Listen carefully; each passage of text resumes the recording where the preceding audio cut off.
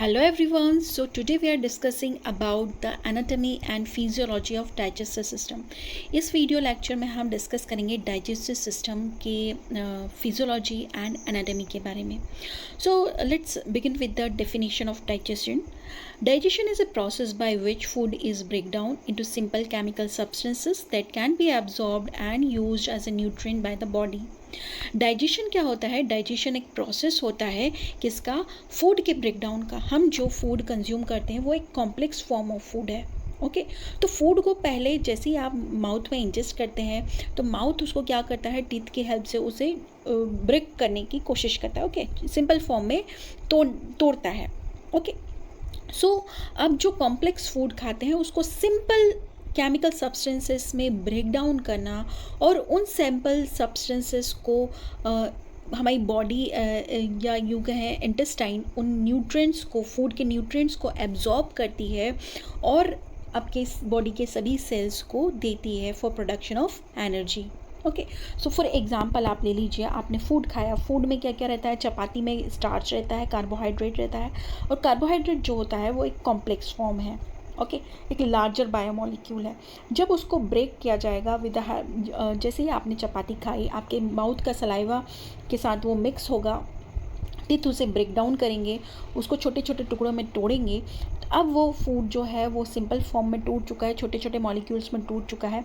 Stomach में जैसे ही ये फूड जाएगा वो बाइल जूस के साथ आपके एसिड के साथ मिक्स होगा और भी ज़्यादा सिंपल फॉर्म में कन्वर्ट होगा, और फिर स्टमक से आपका जो खाना है, फूड है, वो स्मॉल इंटेस्टाइन में जाएगा जहाँ पर फूड के न्यूट्रिएंट्स जो हैं उन्हें एब्जॉर्ब कर लिया जाएगा और ब्लड में भेज दिया जाएगा. और किसके लिए? कि उनको हर एक सेल में डिस्ट्रीब्यूट करने के लिए. Okay so it is example the starch is complex form of molecule and जो स्टार्च जो है, जो चपाती या राइस में या पोटैटो में प्रेजेंट है, वो कॉम्प्लेक्स फॉर्म है. उसको तोड़ा जाएगा, सिंपल फॉर्म में कन्वर्ट किया जाएगा ग्लूकोज. अब ग्लूकोज को आप ब्लड में एब्जॉर्ब हो जाएगा, ब्लड के थ्रू हर एक सेल को ये पहुंचाया जाएगा. अब जो फूड का ब्रेकडाउन है वो दो तरह से होता है. एक होता है mechanical breakdown of food and एक होता है chemical breakdown of food. Mechanical breakdown में क्या होता है? मैकेनिकल ब्रेकडाउन को हम मैस्टिफिकेशन भी बोलते हैं. ओके मैकेनिकल ब्रेकडाउन क्या होता है? ये ऑर्गन्स के थ्रू होता है. जैसे आपके टिथ हैं, टिथ क्या कर रहे हैं? फूड को चीव कर रहे हैं. Okay so it is a mechanical breakdown आप कर रहे हो फूड का. केमिकल ब्रेकडाउन में क्या होगा? बहुत सारे एंजाइम्स हैं, बहुत सारे सीक्रीशंस हैं, डाइजेस्टिव जूस हैं. ओके एसेसरी ऑर्गन, आपके बॉडी के एसेसरी ऑर्गन्स इन सीक्रीशंस को सीक्रीट करते हैं, एंजाइम को सीक्रीट करते हैं, और ये फूड के साथ मिक्स होकर फूड को कॉम्प्लेक्स फॉर्म से सिंपल फॉर्म में कन्वर्ट करते हैं. फॉर एग्जाम्पल आप ले लीजिए, आपके फूड में अगर लिपिड है तो लिपिड जो कॉम्प्लेक्स फॉर्म है फूड का, ओके लाइपेज एंजाइम उसे ब्रेक डाउन करेगा लिपिड को, ओके इनटू सिंपल मॉलिक्यूल्स, या फिर यूँ कहें कि जो एंजाइम प्रोटीएज है वो प्रोटीन को ब्रेक डाउन करता है, ओके इनटू सिंपल फॉर्म, जिससे वो प्रोटीन अच्छे से आपकी बॉडी में एब्जॉर्ब हो सके. Now come to the activities of digestive system. Digestive system की क्या क्या एक्टिविटी होती है? So there are 5 main activities of digestive system: ingestion, propulsion, digestion, absorption and elimination. तो इन 5 एक्टिविटी को जानने के पहले हम जान लेते हैं एलिमेंट्री कैनाल क्या होता है. एलिमेंट्री कैनाल कहाँ से स्टार्ट होता है? आपके माउथ से स्टार्ट होता है और एनस पर ख़त्म होता है. So alimentary canal start from the mouth and जहाँ से आप फूड को इंजेस्ट करते हैं, और ये एनस पर जाकर ख़त्म होता है जहाँ से फूड जो अनडाइजेस्टेड फूड मटेरियल है वो एक्सक्रीट हो जाता है बॉडी से. ओके तो इसे हम एलिमेंट्री कैनाल कहते हैं. It is a long tube from which food gate pass. Long tube क्या फॉर्म होता है? जैसे आगे आपको डायग्राम में दिख रहा है, माउथ से स्टार्ट होता है, स्टमक से होते हुए ये इंटेस्टाइन, और देन आखिरी जो एंडिंग होती है वो एनस पे होती है.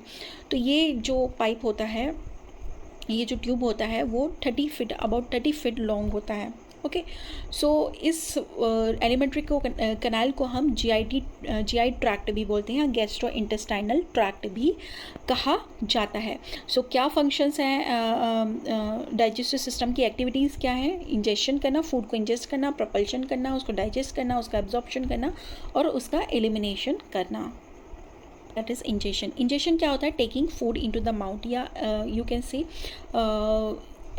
Consumption of food.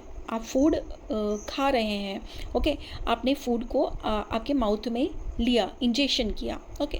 Second activity is propulsion. Propulsion क्या होता है? जैसे ही फूड माउथ में गया तो टिथ उसे च्यू करेगा, छोटे फॉर्म में कन्वर्ट करेगा और वो आपके माउथ के सलाइवा के साथ मिक्स होगा। इससे क्या होगा? फूड ईजिली आपके फूड पाइप से पास हो पाएगा। सलाइवा से जो आपका फूड है वो स्लिपरी हो जाएगा, वो ओके, चिकना हो जाएगा, ओके, और उसका बॉलस बन जाएगा, जिससे वो इजीली मूव कर पाएगा आपके आगे वाले ट्रैक्ट में, आगे के पाइप में, फूड पाइप में, ओके। सो प्रपल्शन में क्या हो रहा है? फूड जो है वो सलाइवा के साथ मिक्स हो रहा है माउथ के अंदर फॉर फर्दर मूवमेंट। देन जब आपका फूड सलाइवा के साथ मिक्स होकर स्टमक तक पहुंचता है तो देन डाइजेशन की प्रोसेस स्टार्ट होती है। डाइजेशन वैसे तो माउथ से ही स्टार्ट हो जाता है। तो डाइजेशन जो है वो क्या होता है? जो कॉम्प्लेक्स फूड है उसको ब्रेक डाउन किया जाता है इनटू सिंपल मॉलिक्यूल्स में, और ये दो तरह से डाइजेशन होता है, mechanical digestion and chemical digestion. Mechanical में हम ऑलरेडी डिस्कस कर चुके हैं कि मैकेनिकल ब्रेकडाउन जो होता है वो ऑर्गन्स के थ्रू होता है, ओके। जैसे टिथ है, जैसे स्टमक की मूवमेंट है, पेरिस्टलाइसिस मूवमेंट है, ओके। तो क्या हो रहा है? मैकेनिकली आप फूड को क्या कर रहे हैं? ब्रेक कर रहे हैं। तो सेकंड टाइप होता है केमिकल ब्रेकडाउन, जिसे हम एंजाइमेटिक ब्रेकडाउन भी कहते हैं। तो एंजाइम और डाइजेस्टिव जूस हैं, जैसे बाइल जूस है, okay, digestive juice like HCl है, ओके। सो ये फूड के साथ मिक्स करके उन्हें और भी सिंपल फॉर्म में कन्वर्ट करते हैं, तोड़ते हैं, ओके। जैसे प्रोटीन टूटेगा अमीनो एसिड्स में, लिपिड्स टूटेंगे फैटी एसिड्स में, ओके।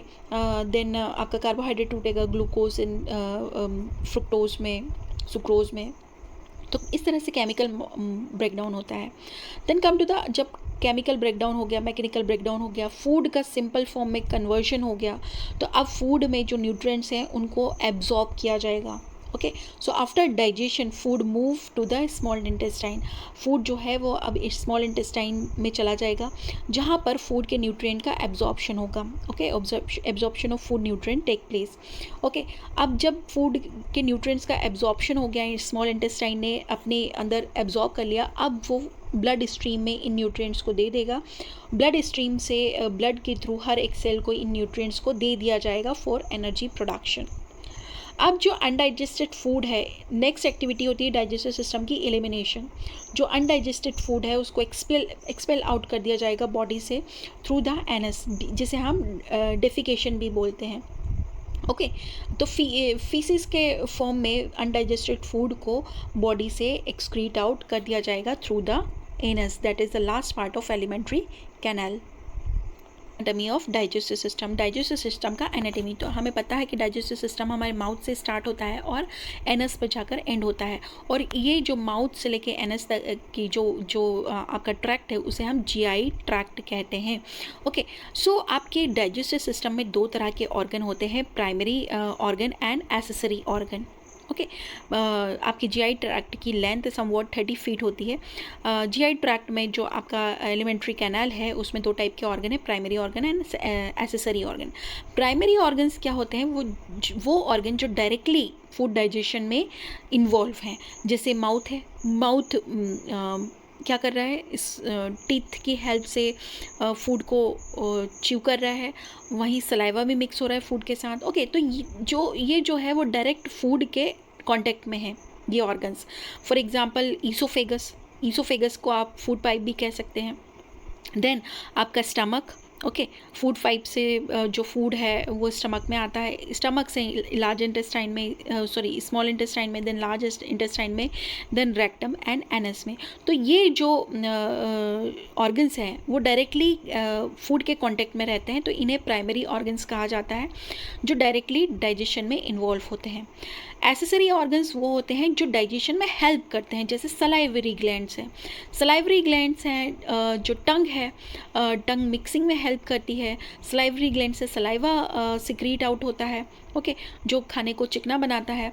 देन लीवर है, लीवर से बहुत सारे जूसेस सिक्रीट होते हैं। देन गाल ब्लैडर, जो लीवर से जो भी बाइल जूस बनकर आएगा वो गाल ब्लैडर में स्टोर हो जाएगा, यहाँ गाल ब्लैडर से होकर वो स्टमक में दिया जाएगा। देन पैनक्रियाज है, पैनक्रियाज इंसुलिन हार्मोन सिक्रीट करती है और भी जूसेस सिक्रीट करती है for digestion of food. Okay, तो ये जो सलाइवरी ग्लैंड है, टंग है, लिवर है, गाल ब्लैडर है, पैनक्रियाज है, ये डायरेक्टली तो डाइजेशन में इन्वॉल्व नहीं होते हैं, but they help in digestion, ये इनडायरेक्टली फूड के डाइजेशन में हेल्प करते हैं। तो ये होते हैं primary and accessory digestive organs. Primary organs हमने देख लिए, they are directly involve in digestion. Accessories organ क्या होते हैं, not directly involve in digestion but help in digestion. Primary organs में आता है mouth, pharynx, oesophagus, stomach, small intestine, large intestine and anus. Accessory organ में आपके teeth आता है, टंग आता है, सलाइवरी ग्लैंड आता है, लीवर आता है, गाल ब्लैडर आता है, पैनक्रियाज आता है। सिस्टम, डाइजेस्टिव सिस्टम का फंक्शन क्या होता है, पहला फंक्शन होता है इंजेशन, मतलब फूड को कंज्यूम करना, फूड का इनटेक करना। Then break down of food, जो फूड है, कॉम्प्लेक्स फूड है, उसको स्मॉलर मॉलिक्यूल में कन्वर्ट करना। Then transport of food to different area of digestive tract.